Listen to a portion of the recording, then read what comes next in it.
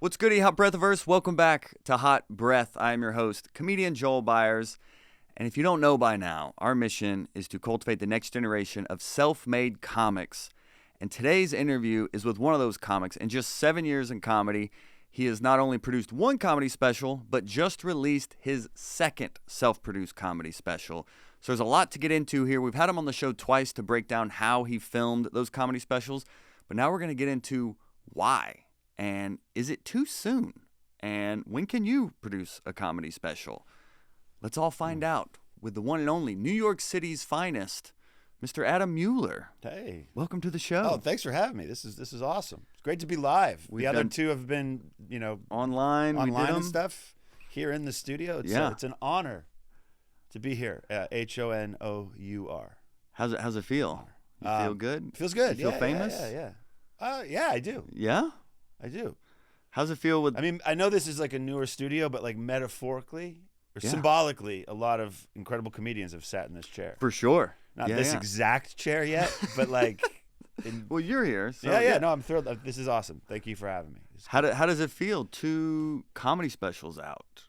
What do you feel, fam? Yeah, I feel good. I love the creative process, but I also like having like a goal and something that I'm working towards, and so there is a feeling of satisfaction to actually do it and see it and get it out there into the world for all the crazy commentary that'll come back. Because since we did the live stream where we broke down like the logistics of the special, we did that for both your specials. We got into the audio, the video, we got into all of that people can go listen to really learn the nuts and bolts of producing your own special. But something since we did that second live stream, I heard Ari Shaffir talking with some other comedians on a podcast about comedians releasing specials now. And he's like, you can release clips, but like a special should be something you like develop over years and years and years. And that's an old school veteran comedian saying these things. And then you're in this new school of, we're just putting stuff out and we're just going out there and doing it ourselves.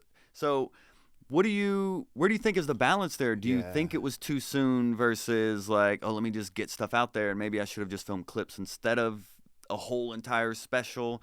It's just interesting to get into your mindset as the younger generation of like, you guys are coming up in such a different time than like I did or even someone older like Ari. So I'm just curious, what was the thought process around that, and what do you think it was too soon?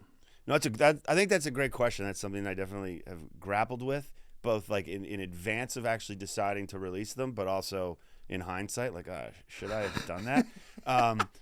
And I will say this, like, I think I sort of agree with how you articulated Ari's view, and I've heard that from other people, right? Like the special has become very much not special if you consider the magnitude. Like every day on YouTube, someone else, a new special is coming out, and in one sense, it's fantastic because there's so much content. And if you're a comedy fan, for free on YouTube, you could probably watch comedy specials 24 hours a day for the rest of your life and never run out of content. And that's wonderful. That's great. I think that maybe it's a semantic issue. I don't think the word special means what it used to. So that's where I kind of agree with them. Because it used to be like, a special used to be like, it's 3 to 5 years in the making. And it only really appears, it's sort of like on HBO or Showtime, or like Netflix when it first started, didn't do quite as many. And it really was a very special, sort of unique, rare thing. And so there was a little more pomp and circumstance around it. And then Netflix started putting more and more specials on. And then YouTube went from sort of, it's a bit of a stigma, like, oh, no one would buy it, so it's on YouTube, to a place that great comics are putting incredible content as things have evolved. And in some cases, people might not have bought some of their specials for reasons that have nothing to do with the quality of the comedy, and they can still put it out there and their fans can still watch it. So it's very, very different. Now in my case, I remember the first one, it was done, it was ready. It was like, it's uploaded to YouTube, and it's just a matter of me like scheduling the premiere. And I was like, maybe I shouldn't do this. Really? Because maybe if I just did these, like maybe a year from now, this would be better. And then I just thought, you know what, like I guess I have the attitude that if I can write a good joke, I can write another good joke, and let's just put it out there and see what happens. Partly because, and it's very specific to me, right? Like I started comedy a little later in life after a whole career in finance. I don't have the I don't perceive myself having the luxury of time. And it's not, of course, you can do comedy until you're 90 years old, right? There's no age limit. There's no forced retirement. If you're funny and people want to come out and see you, great. But the way the industry works is there is a bias towards youth, and at least that's what I perceive. And so I feel like there is a bit of a race against time. And so I wanted to put something out there to kind of give myself a credit and help me try to find an audience. And I think from that perspective, I'm glad I did it and it was useful. And I think the second one is sort of more of the same. Like, let's build on that now. Because no one's going to come and hand me anything. And that's fine. That's just the way it works. Right. So I have to go find it. And I think by, putting something out in its form of like, here's an hour, we can call it a special. I mean, the first one, by the way, I resisted calling it a special for the longest time. When I marketed the shows, when I was trying to get people to come, I called it Adam Goes Last. I didn't even call myself a headliner. I was just like, look, I'm not a national touring headliner. I'm someone that's cobbled together this hour by doing 5-minute open mics and 10-minute spots here and featuring a couple times, doing 20s. Like, I've never even run this hour before. I filmed it anyway. I don't want to call myself like a headliner doing a special. It just seemed very pretentious and like I'm trying to elevate myself to a place that I haven't achieved yet. And I'm very aware of that. So it was like Adam Goes Last, and then everyone started getting mad at me. Like, just call it a special, dude. Like, it's a special. You did an hour. It looks good. It's funny. Like, just call it. And I was like, okay, fine. For the algorithms, we can call it a special. Right. The second one, I'm much more comfortable calling it a special, partly because the first one did okay, and I think it's better. Like, that was my biggest criteria was, okay, the second one needs to be at least like 50% better than the first one, and I think it is. We'll find out. Yeah. We'll see what everyone else thinks. Comment on, now that I've just said that. Comment on the video and be like, it was 47% better. You didn't do it. You didn't. True finance man. You're getting out of the 47. Yeah. But then look, it's also just you cut it up into a bunch of clips. And, right. And it is, we have evolved to like a DIY sort of comedy is DIY, and that's both that provides all these opportunities. It's also incredibly frustrating at times. Because we don't know how the algorithms work. We don't, you control what you can control. You put it out there, and certain things do really well. Like you can get frustrated watching someone else do really well. You can get frustrated when something you posted that wasn't as nearly as funny as something else gets more views, and you're just like, why? What about the other thing that was so much funnier? Like, but it's just how it goes. So what did you find when you released clips of the specials? What did you find that popped off the most? Was there a certain theme you started to pick up? Because you post very consistently as well, like even beyond releasing these specials. So are you finding certain themes that are taking off more, that are getting more traction? Well, it's interesting because I feel like it's evolved. Like when I first, the first special came out in the fall of 2022, right? And so 6 years into comedy. Yeah, that one. Yeah, like 5.5, 6 years in. And I noticed that the clips that seem to do well, like just not even taking a full bit. Like, here's 8 seconds, like the first punchline of a bit. Just the start, the setup to the first punchline. And there might be another like minute of that joke, but just keep it short. It's 10, it's 12 seconds, big laugh. Don't even let the laugh end on the clip. Cut it and then post it. And those seem to do well. And after a while, those didn't do as well. And now it's like, now they wanted to post the whole joke. The 45 second, the minute and a half. And I don't know if that's as all of the, the reels and the TikToks and stuff. They started where it's like, it got to be less than 60 seconds. Then they've all kind of migrated the rules such that you can post longer clips. And I don't know if they're trying to, they must have their reasons, and the reasons have to do with how ads work. And but if they want longer clips, then they're going to reward longer clips. So then I found like, you got posting a whole joke, like a 90-second joke or something, seemed to do better than a short little thing. Yeah. And I'm sure by now it's changed again to something that, we're always one step behind, chasing the algorithm. Like we're like the dogs in the chasing the carrot on a stick thing, and that's just the algorithm running away from us. And we're all running after it. I mean, there's a skill to it. Like I remember I just saw Kevin Nealon post like a crowd work clip, which is funny to see these like veterans posting like crowd work clips, and it wasn't. And this is no slight at Kevin at all. Yeah. It was literally like him just talking to an audience, and then like there wasn't really a joke. It was just like an interaction, and then that was the clip. And we're all just like throwing stuff out there, like, oh, maybe this will hit, maybe that will hit. And some people seem to have it figured out more than others, but it seems like it's all just like playing the lottery every time. Yeah, like who knows? I mean, I think my approach has been just to come up with sort of a schedule and try to consistently post stuff. And now what I've tried to do is like for a while it's like, oh, crowd work clips, right? Right. And at first it was like any crowd. It doesn't even have to be funny. People, and then that wave ended, and then it was like it has to actually like demonstrate that you're good at it. And as much grief as Matt Rife takes sometimes, man, he is quick, and those crowd work clips are funny. Like you can't deny how sharp he is. So then it had to be good, and I think that was kind of his sweet spot because these were great clips. Yeah. And then for a lot of things, I think it migrated back to like, okay, show jokes. So I just try to mix it up. Like if there's a spontaneous moment that'll never happen again, and you get it on tape, it's so easy to clip that because you have no fear. But I also of the new school of thought of it's really hard to burn a joke. What do you mean hard? Like when like you everyone, hard to burn people it? are afraid. Like I don't want to post one of my jokes because then it's burned. I'm like, really? The 700. Yeah, you selling out theaters there, buddy? Like, I don't think a joke is burned until you're a draw where 90% of the audience is just there to see you. Mm-hmm. Like, if you're selling out theaters, then yeah, if you post something, assume most of those people saw it. If you're me, no one's seen anything. It's true. Right? Yeah. And It's a even good if they perspective. have...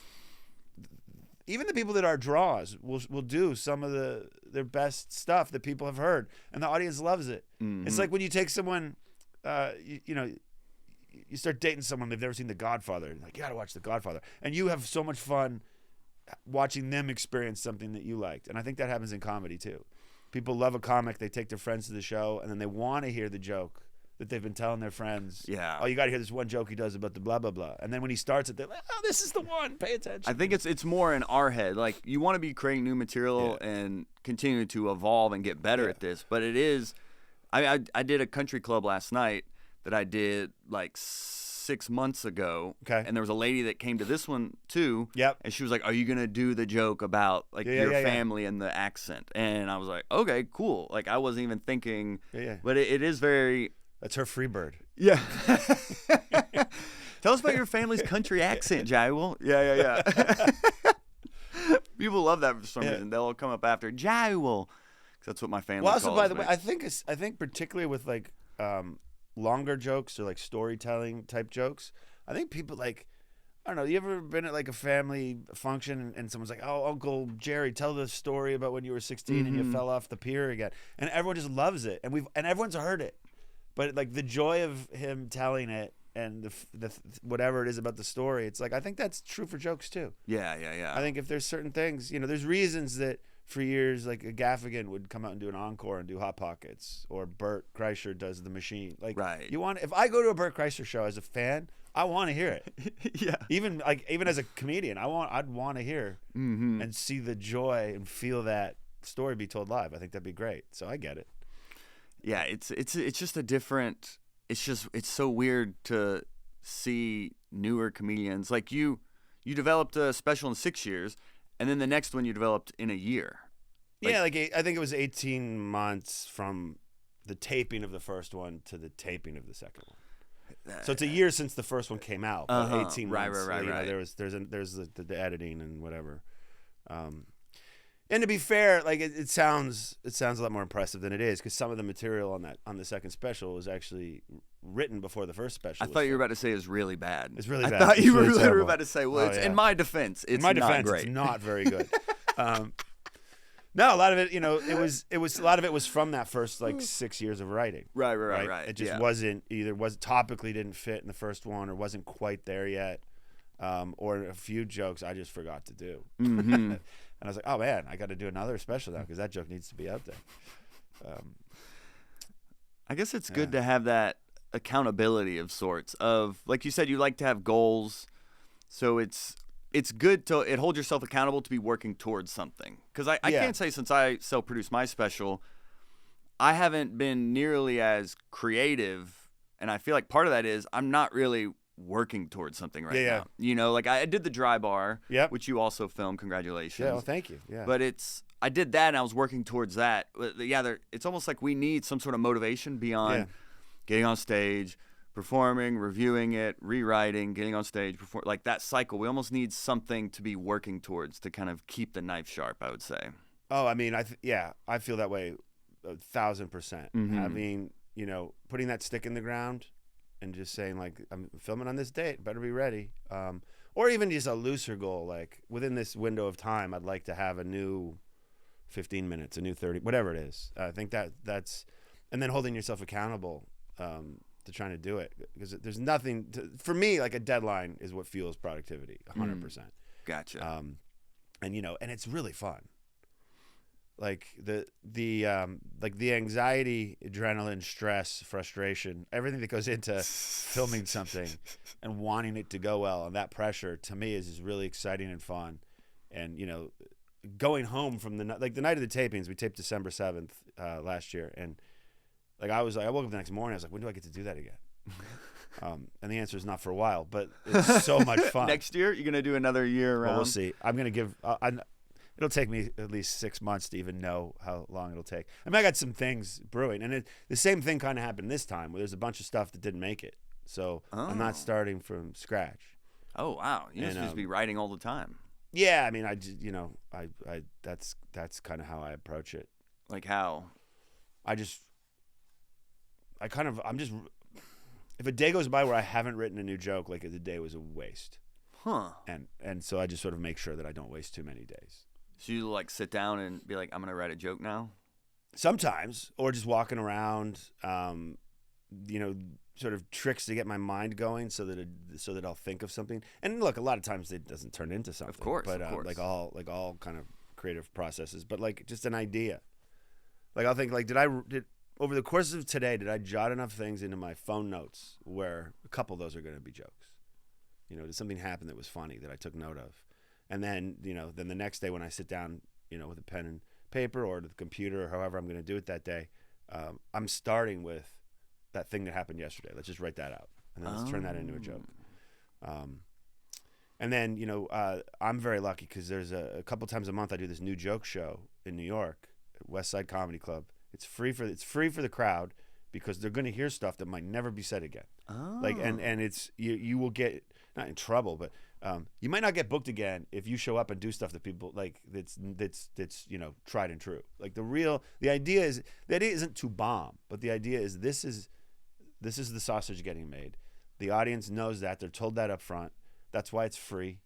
It's every Tuesday at 8:00, and I get to do that like once or twice a month, and that's great because there's no stakes. Like a bomb is almost like you did it right. Right. Especially a bomb, but where there's things that are like, oh, that's interesting. It's just not, you know, you haven't figured out how to get the laughs yet and stuff like that. So that's really helpful. Yeah. To do that in front of like a real audience and be encouraged, not have that stress of, well, I got to do something that works and get them on my side and introduce myself and then do the one new thing and then go back, you know, close strong. No, you don't have to do any of that. You can bomb the whole time. It's great. That's what one of my favorite quotes from this podcast is Kyle Kinane on here said, if you're not bombing, you're not trying. Yeah. And I love that. But that's the trick when you're new, though, right? Because when you're new, I still feel this a little bit. It feels like every set is an audition for the next set. Mm-hmm. So it's really hard, like, to go up there and be like, stage time is so precious and so hard to get, and there's so many people that want it. You go up and just be like, I'm going to experiment, and that is how you grow. But you can't, because if it goes wrong, you might not get booked again. Mm-hmm. So it's a bit of a dance of how to develop that new stuff. And you started in New York? I did. Yeah.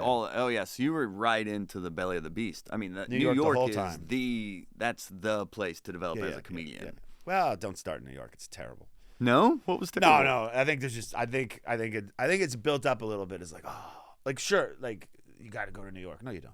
Especially now. Yeah. I think some of the people that do the best actually spend time in a different market in where they and by the time they show up in New York, they're very, very funny. And I think that's like, I already lived in New York when I started, so you're going to start where you live. But yeah, I think people might from talking to people, I feel like there's people in other places that feel this pressure to move to one of the bigger comedy centers. And as long as you're getting enough stage time, yeah, it's all about stage time. then, you know, just keep doing what you're doing. And don't feel that pressure. As long as you're getting funnier every day, you don't, it's not going to be this, it's not going to be this big step function up that you think it might be. It's going to be a grind. Yeah. Jared Harris, a comedian here in Atlanta, I was thinking about moving to LA very early on in my career, and I talked to him about it, and because he had moved to LA. Yeah. And he recommended treat it like high school. He's like, be in your local scene for 4 years. Yep. When you get some traction there, you can graduate to a bigger scene, and that's like your college or whatever, and you can graduate to somewhere bigger or whatever. Yeah. But just basically, take your time and just develop. It's all about stage time wherever. As long as you're getting up, and there's benefits of being in smaller markets. Like if you're in a small market that has a club, and you graduate from the open mics, and now maybe you're hosting at that club, you're meeting all the headliners that come through that club, and you're going to know, so you might have a bigger network than a lot of the open micers who are just grinding it out in like New York. Mm-hmm. And then you show up in New York, 5-10 years later, you're already funny, and you know more of the comics above you than most of the people in the scene. That's a great situation to be in. Well, how did you get through the New York scene? What is that grind to get to where you are? Well, it's so many open mics and there's no audience. Like some of them are paid too. Like in New York, they have paid open mics. Oh, there's open mics that cost. I honestly don't want to even say. Like there's open mics where it's okay, $5 for 5 minutes, okay, whatever. Uh-huh. Oh, but you also have to buy a drink. And by the way, the cheapest drink on the menu is like $6-7. Mm-hmm. And then and are you gonna tip? All of a sudden you feel like I've just paid $15 to do 5 minutes to a bunch of comics who are buried in their notebooks. Like how is that a good return on investment? But you do some of that, and then there's some that are free, and there's some that are but you grind. Then there's lots. Everyone's there's so many open mics. Yeah, there were days where I did 5 open mics in a day, and at the time that was useful for a period of time, but it's massive diminishing marginal returns after you've done 1,000 of them, because they're not real. Like there are people that get stuck in those open mics because they're playing to the open mic crowd, which is comics, mm-hmm. and they're killing with certain types of jokes, and then you see them go do those jokes at a real show, and the crowd is just like, "What are you talking about?" Right? Because it's too dark, it's too twisted, it just doesn't resonate with like real audience members, and so you have to. The key is to realize that and figure out how to use those open mics so that you're getting better every time. But at some point, it's like, you still need to do them. But maybe some there's a lot of people that they think that they're doing comedy by doing 3 to 5 open mics a day, but they're not writing enough. Right? It's that balance. Mm-hmm. So you can't just go to an open mic and check a box and just do the same 5 you've been doing for the last 6 months at an open mic to nobody and be like, I'm doing it. I'm getting better. No, you're not. You're just saying. You're not. You're just saying stuck. the same You're things. just stuck. You're on that mouse gerbil wheel thing. And how do you make the most of the stage time when it is like comics just in their notebooks? In the beginning, I feel like it's just being in a room that has a stage and a mic stand and a mic, and going up and taking it out and putting the mic behind you and telling your jokes. There is a value to getting repetitions of just the mechanics of that. For sure. And it's amazing because it's amazing how many people, whether it's nerves or whatever, just sort of do it wrong and immediately give away that they're new, right? Mm-hmm. Like the mic stand is just in front of them the whole time or whatever it is. And then, in a room of 10 to 12 comics, maybe there's one person there that's paying attention. And are they smiling? Are they laughing? And just trying to be really kind of meticulous about how you're getting information back, because it's not just some big laugh because everyone's paying attention and it was a funny joke. And as you're in the scene for longer and you start to have a few jokes that are funny, you'll notice that some of those people will put, like, there's certain comics where when they go on, everyone puts their notebook down because we want to see what this guy's talking about because we like him or her. And that's part of it. It's like you earning the respect, which is ridiculous, earning the respect of all these open micers so that they pay more attention, which is crazy. Right. But you get after it's a while. It's a milestone, though. After a while, that happens, yeah. And then for me, it was also making sure I did a real show, once a month or something. Because it's the same idea we talked about earlier. If I had that one show that was at the end of the month, then all those open mics are for a purpose. Right. So that to do as well as I can on that show, be it a bringer show or bar show or whatever it was, and that's why I was going, and that kind of keeps you going, and and then you get to do something in front of real people. Sometimes it goes well, sometimes it doesn't, but you're like, this is why I'm doing all that other stuff for this. And then over time, you're like, okay, I did one real show this month, and like, I always tried to think of it. A lot of people were like, I did this many mics a week. And I tried to think of it monthly because it was too weekly. To me, weekly was too short a time period to measure. But I tried to do like 60 to 70 open mics a month, and then have the one show, and then a couple months later, now I did 5 shows this month, and then 10, and I was like, I was working towards, if I could get a month where I had like where I averaged one set every other day, that'd be amazing. And then you get there, and then then you get to like, I'm averaging like one show a day now. I just had the first time I had 3 different spots at real shows, like and you feel that. Are you tracking all these in like a spreadsheet? I did for years. Everything. Every single open mic. Because I heard someone on some podcast say like, there's that idea, it takes 10 years to find your voice. And I was like, I don't have that kind of time. So how do I? And then I heard someone else say, well, think about this. Like, it takes 1,000 open mics for me to even know you exist, kind of thing. And I was like, all right, fine. I'll do 1,000 as fast as I can. And that was, what was that? 2 years or something. Wow. And that I counted. 1,000 open mics in 2 years. Something like that. Because I was doing like 600 or 700 a year when I first started. And that was very deliberate because it also, having that count, like as silly as it is just to count. One, I wanted to make sure every mic I had like 2 to 3 goals for the mic. And that's how I held myself accountable. It's like, if I have 2 to 3 goals for the mic, and it could be something as simple as, I'm going to listen back to this, and I don't want to hear myself say more than 3 times, like stuff like that. Or I'm doing this new joke, or I'm doing 2 new tags. Like, I'd have a plan. I wouldn't just show up and be like, and then it's my turn. I'm like, what am I doing? Oh yeah, I guess I'll just do the thing I did yesterday because I haven't thought about what I was going to do. I always had a plan, and as long as I had a plan, then it counted. And if I could have 1,000 of those, then I would figure out like, okay, is there anything here? Am I doing anything? Should I keep going? And that was how I thought about it. And I guess that kind of worked. But that held me accountable and kept me going. So even just having a goal through each set. Yeah, and that's also how I like, at first I really hated listening back because when we hear ourselves, we're like, that's what my voice sounds like. This is terrible. But I was like, but I'm listening for specific things, and that's what made me listen back. Like what? What are you listening for? Well, like the thing. Right. I'd have to listen back and count the ums because I was like, I'm saying too much. I had a thing once I started videoing more. I had a thing, and I still every once in a while I see it, drives me crazy. But like whatever hand I had the chicken wing in the mic hand, so I would like do a set, and I was like, I don't care if anyone laughs. I don't care about anything. I'm gonna watch that video, and my arm's not gonna do this. And just little things like that's the goal. Yeah, I don't think people realize how incremental the development is, and that's why it is important to record. Because I had a habit up until a few years ago, and that I would just have my hand on, like, my wrist on my hip. It wasn't even like I wasn't standing with my hand on my wrist was like stuck on my hip. And I would just stand there and perform, not even realize it until I would watch it and be like, what is that? And there's these little tics we do that just being mindful of them and then setting the intention, this set I'm not going to do that tick. I don't care whatever else happens. I did that with breathing on stage. I was like, this set I'm just going to breathe. Whatever happens, cool. As long as I'm mindful of me inhaling and exhaling between jokes, and I'm getting that rhythm and that timing down. And I would do that too, is like set goals for sets and just be very intentional about each show.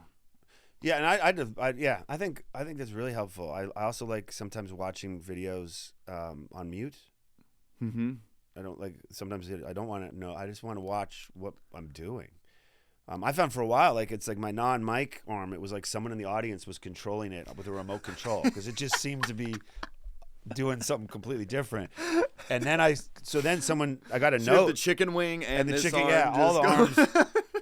And a booker actually was like, hey, for a little while, just put that hand in your pocket. Just anchor it and do a few sets that way. And then maybe you can get rid of that weird floating arm. And then now I've got a habit, which I don't know if it's bad or not, but like I do put my hand in my pocket sometimes now, and I'm going to stick with it because it's got to go somewhere. It's better than it just loose in the. I think it is important to hear this context. Is I'm like, all right, you're putting out these specials so fast. What are you thinking? And then it's important for people to hear you're being very intentional. You're not just guessing and being like, oh, let me put something out because everyone else is. You're actually intentionally developing and working towards these things every single day. Yeah. So I think that's good context for young comics who are like, oh, I would like to produce my own special. Mm-hmm. Well, what work are you doing to put it in, and what is your intention beyond, I want cool clips out of this? Yeah.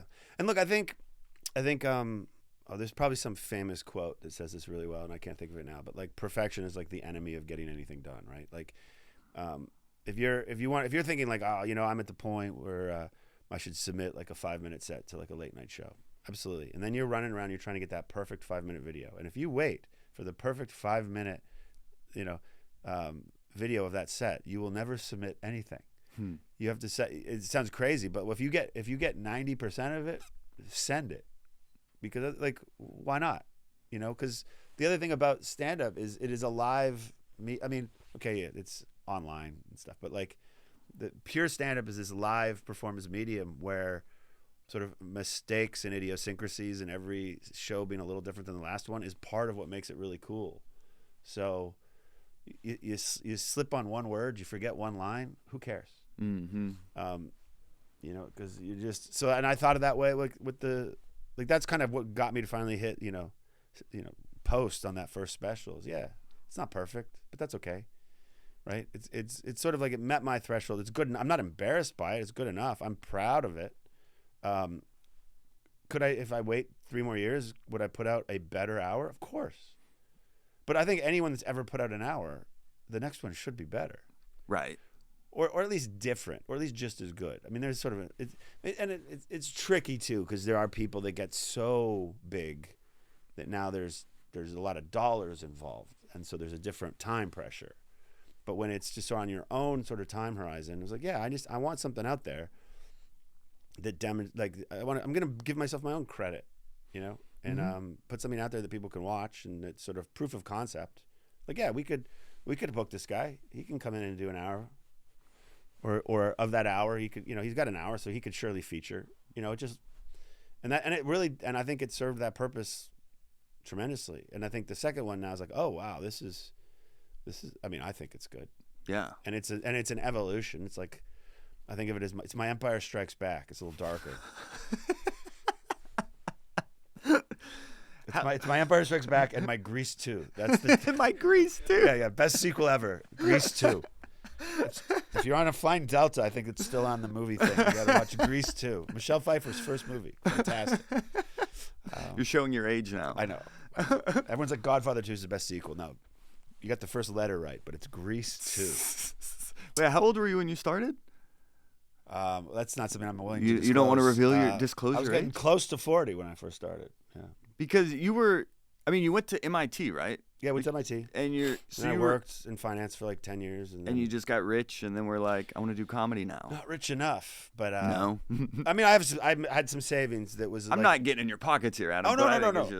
No, like when I start, like it's an interesting story. When I left finance and I gave myself like a window, like I was like, I'm gonna do comedy for this amount of time. Did you quit it for comedy? No. Oh, okay. No. Well, no. What happened was like I kind of had a job that sort of ended, and I was looking for another job, and I'd actually gotten a few offers, and I turned them down because I didn't like them or whatever. And I took a comedy, and I was like, this is this weird window of opportunity where I'm like between finance. Like finance jobs are pretty intense, right? So I was like, I'm between jobs. When am I gonna have? It's like when am I gonna get a summer vacation again? I should do something that I would never do in a million years. And then so I was like, I'll take a 6-week comedy class. That'd be a fun thing to do while I'm looking for for a job at a hedge fund or whatever. And then the class ended, and I realized I'd stopped looking for work. Like it wasn't even a conscious decision. I realized I was going to open mics. I was writing jokes all day. I just stopped sending my resume anywhere. And I was like, uh-oh. And I was like, okay. And then it was like, okay, I'm going to do this for like 3 months, and then I'll revisit. And after 3 months, I was like, I'll do another 3 months. And then I was like, I'll do another 3 months. And then all of a sudden, I was like, I'm going to stop keeping track. And then I was like, okay, what's the budget? And I was like, okay, here's the amount of money. When this amount of money goes to zero, then I need a job. Oh, okay. And that's how I approached it. And I was like, I think this gives me 3 years, and then we'll figure. And then I had no illusions. I'm like, after 3 years, this money is going to be gone. I'm not going to be making money doing comedy, but I'll figure out where comedy's at, and I'll figure out what I need to live, and because I'm not like retire. I didn't like retire at 40 and start comedy or whatever. That would be lovely. But then and then right at the end of that 3-year time horizon was kind of like the pandemic hit right around there, and I was like, well, I guess I'll just sit tight for a bit. Wow. Do you ever regret it? Did you have any moments of like, I should quit comedy? I never. I didn't ever think like I should quit. I had the like, what are you doing? Like, have you gone crazy? Because this is insane. Like you waited until the exact moment when the entertainment industry didn't want straight white guys and decided to start comedy. Like your timing is awful. But an older straight white guy. Oh yeah. Like you're not young and ageism. I mean, you're very attractive, Adam. I appreciate that, but no, I'm not young. And it's interesting because it's like part of me is like, what would have like if I'd started when I was 20? But I was like, I would have had nothing to say.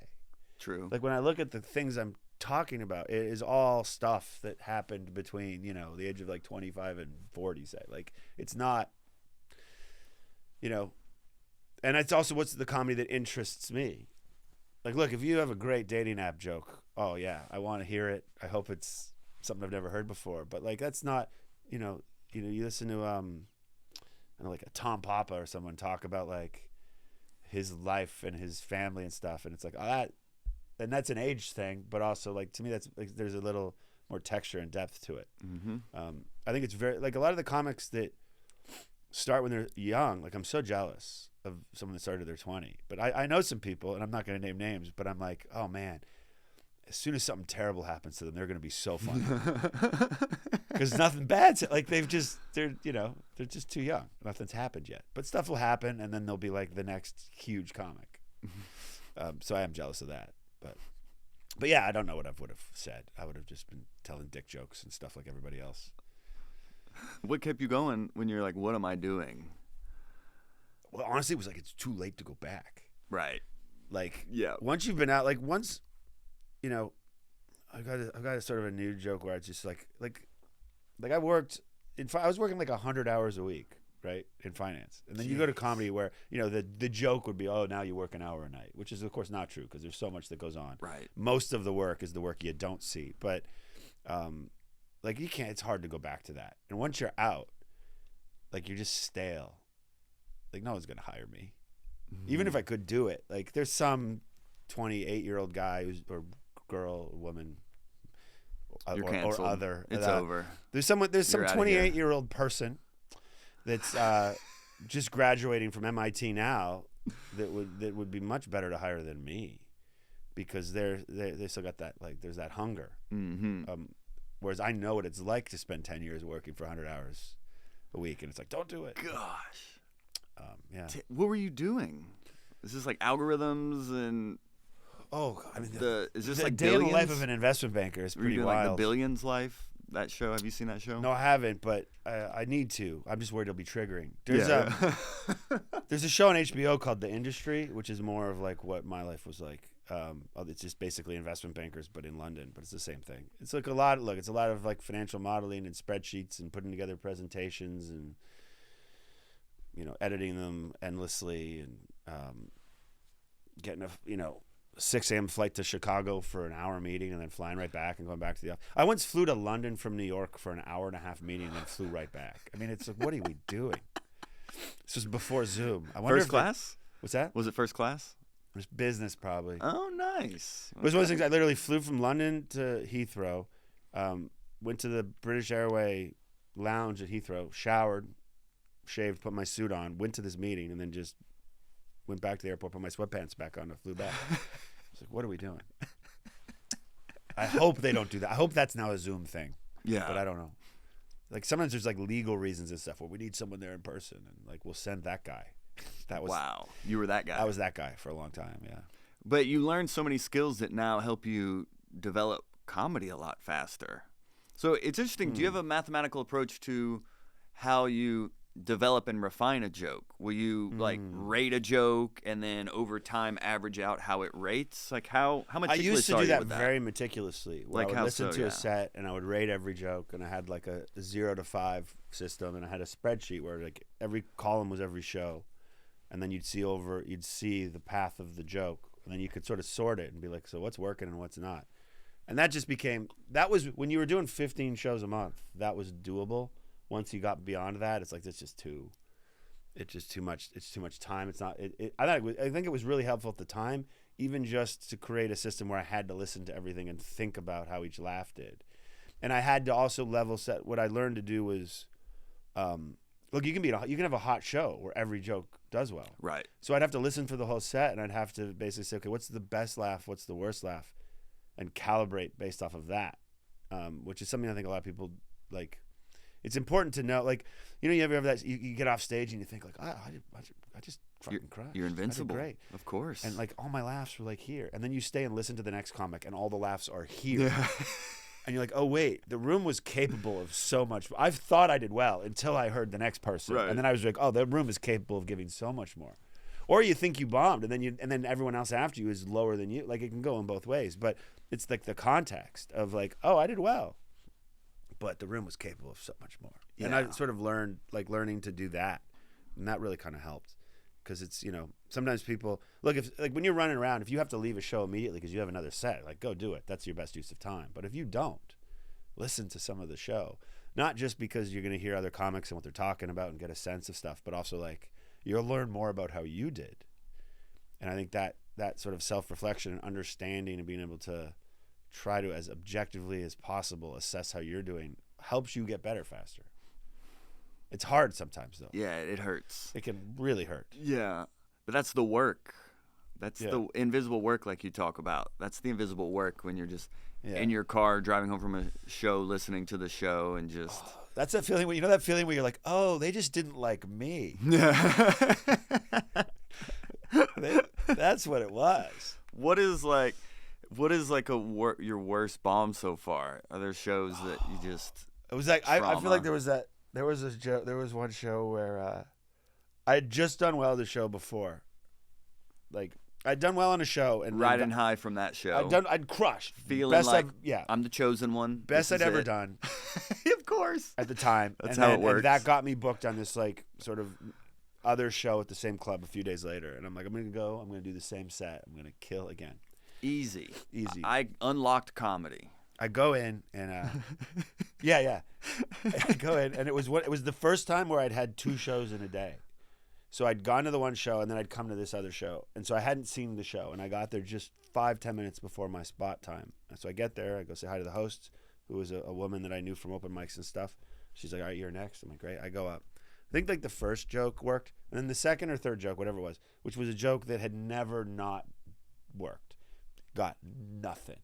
And of course, I wasn't prepared. I wasn't prepared for that. And then I'm pausing for laughs that aren't there because of how it's just a disaster. And I got off stage, and I'll never forget it because I walked to the back room. The host brings up the next comic, and then she comes walking towards me. She doesn't say a word. She just walks up and gives me a hug. And I'm just like, oh no, that must have really gone bad. Just dead silence the whole time. Dead silence, and it turned out that there was a chunk of material that let's say like we'll call it religious material. Mm-hmm. And my family's kind of half Jewish, so I guess I'm technically Jewish or whatever. And it was that kind of material, and it turned out that like a third of the audience were these German tourists. So when I got up there and like my second joke was like my grandma died in the Holocaust, it was just like no. And I didn't know because if I had been there from the beginning of the show, maybe I would have known. Although I don't know that I had enough material to edit at the time. But it was just like, oh, so that's what. And then of course, after I'd lost them on that stuff, they weren't gonna laugh at any. Like they were done with me, and I was like, oh, okay, it's a good lesson. The back sweat. Oh, it's the worst. Oh, especially when it had always, in front of a New York liberal, crowd. New York, very Jewish city, right? So that stuff had always just killed, and not that night. How'd you bounce back? Were you sad? Were you like, oh gosh, one of those? What Nights, I went back and I just started thinking, like, what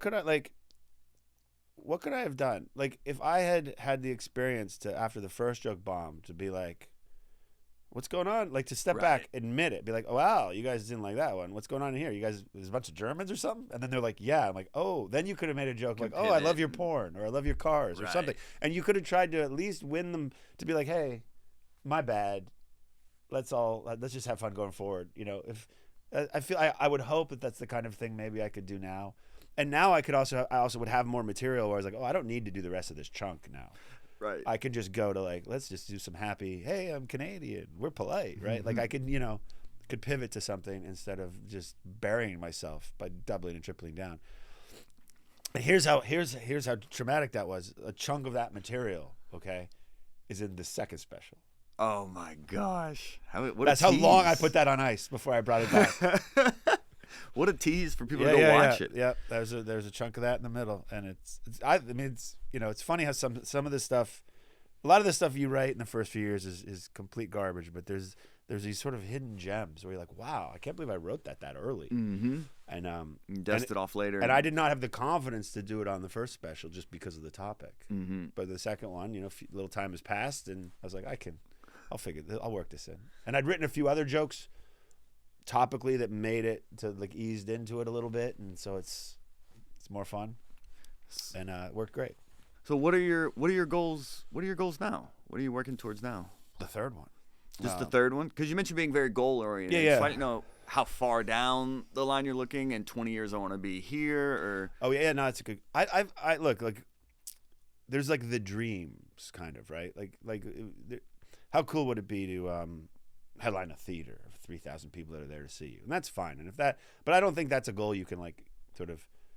If that's the only goal you have, it's like, what do you do now to get there, kind of thing. I like the sort of medium and shorter term goals. So like, there's a couple clubs in New York that I don't work at, and the goal isn't to work the club because that's not in my control. The goal is to get an audition for the club. Mm-hmm. I like the idea of like knowing what you can control and can't control. I have some control over trying to get an audition, trying to showcase for them. And then I go and I do my best, and then it's up to them. So I don't have to worry about that. And it will work out or it won't. But I could control what you can control. So that's kind of some shorter term goals. Is like, I'd like to audition for these places and see if they'll let me work there. A sort of medium term goal would be like working towards the third hour and finding a way. And I haven't kind of locked into what it is yet, where it could be 50% better than the second one, right? Right. And I think that's until I believe that I have something that is that would be the time to tape it, because the second one sort of felt like a sequel to the first one, and not to tease it again, but there's a couple jokes up top that are just how I opened, but the real kind of beginning of it, it really kind of opens with the same joke that the first special ended with. Oh, cool. It's almost the exact same joke with one word different, and then that leads to the rest of it, kind of. Oh, very cool. So it kind of felt like an extension, especially given that a lot of the material had been worked on before. It felt like, oh, this is really like a 2-hour thing, and it's kind of been arbitrarily, chunked out this way.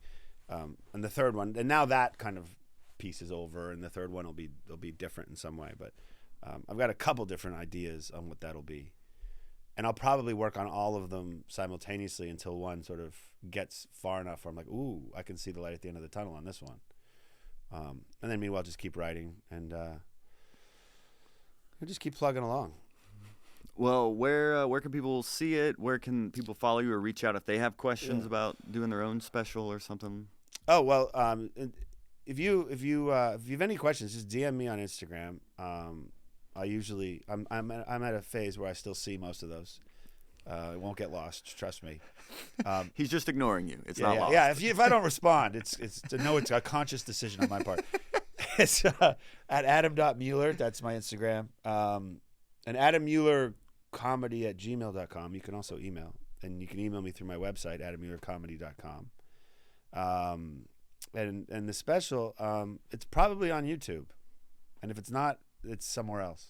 We record this before it's technically out, but we wanted to get this on wax. There's a small chance it won't be on YouTube, or it'll be behind a paywall, but odds are it'll be on YouTube for free. It'll be linked in the show either way. Yeah, and it'll be on my website and stuff, and when it comes out, I won't be shutting up about it, so you'll be able to find it pretty easy. Awesome. Yeah. Well, Adam Muller, congratulations, and thanks for being on Hot Breath. Thanks for having me, and shout out to just Hot Breath and everything you do. That was an oasis during the pandemic. I hasn't finished my sentence. It was Oasis during the pandemic, and it continues to be a wonderful place for comics of a wide range of experience levels to kind of come together and learn and help each other, which is awesome. Thank you for saying I've gotten a lot out of the Right 10, the monthly contests, just listening to all the interviews and stuff. So I love it. It's actually really, really is cool to now be a part of it on this side of the camera. That's awesome. Wow. I really appreciate you saying that. I think I'm so close to it that I lose sight until I meet people in the Hot Breathiverse. Yeah. I met a comic last night at the festival here in Atlanta, and she was like, "You're Joe Byers." It's like, you helped me with this joke from the joke feedback we do and stuff. So I'll even find that at festival. I'll be somewhere at some festival somewhere, and I'll meet another comic that's there, and they'll be like, we'll have heard of each other through Hot Breath and stuff. So it's very cool. Yeah. Well, that's the whole goal, man. Yeah, it's just trying to create this whole universe for comics. And that's not just a lie, so you all watch the special. That is sincere. I really appreciate you saying that. No. I received that. Oh, good, as you should. I'm working on receiving more. That's part of my therapy.